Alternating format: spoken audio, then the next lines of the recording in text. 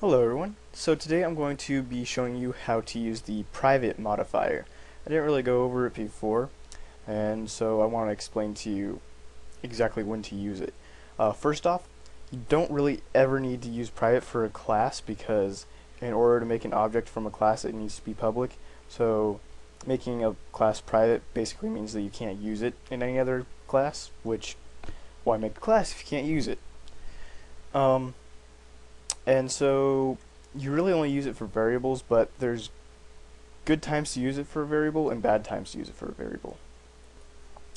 Alright, so if you want to declare a variable for a class and make it private, really the only time I ever see it is right after the class declaration. So right after we say public class car, what we should do is say private, and then we'll use int, for example, x, and we'll even set it equal to 5 right here. And for like a counter example, we'll have int y equal to 5 as well. Now if we go over to youtube.java, I already have this written out for us. If I want to try and make example.y, because I made the object example right here, so make a car object example equal new car, and then when I try to change the variable y to 11 from 5, it works fine. But once we get to example x equaling 20, we get an error, and the error is that it's not visible. The reason for this is because we made that private, and we made y public, because every variable definition defaults to public. We could also explicitly just say public right here, and we'd end up with the same results. So I'll save that to show you guys. We'll go over here. Still no error or anything.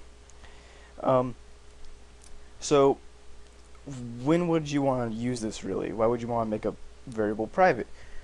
Well, whenever you make a commercial application, usually there's other people in your company, if that's where you're making the application, that will use the same classes.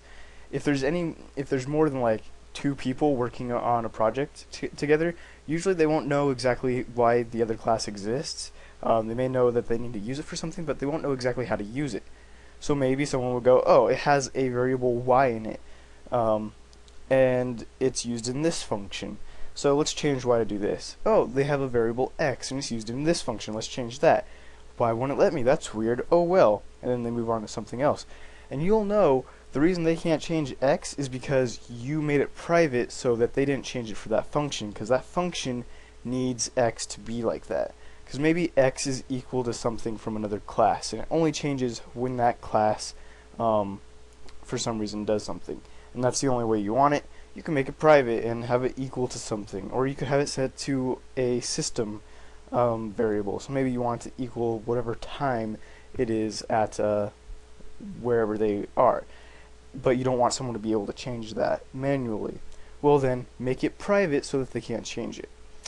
You don't want to overdo with private though. I mean, make it private if you don't want anyone to change it, but if it doesn't matter if they change it, then just leave it default, because private doesn't need to be used, and maybe there will be a case when someone wants to actually change it. But if you know for sure that that variable should never be changed, make it private so that no one can. It's also good to use comments for stuff like that, if people will be looking at your raw source code, but we'll probably get into comments in another video. I hope this helped you guys understand how private worked. I've been noticing in programming forums that people kind of just use them blindly. They're like, well, this person had private in this class, maybe I should do that to all the variables in here too. And sometimes it can even lead to errors because people don't understand exactly when to use it, and they use it too much to where they can't use anything at all in another class. They have to just use the functions and not care about what the values end up being. So yeah, I hope that helped you guys. If you liked the video, like it. If you didn't, feel free to give it a dislike and comment on what I should fix. If you guys want me to cover a certain topic in Java or even another language, possibly, then I will try to make a video on that. You can also PM me if you have any suggestions or questions or anything like that. And if you want to see future videos, I also have some on Python, by the way, then feel free to subscribe. That always helps, and I'll be seeing you guys later. Thanks.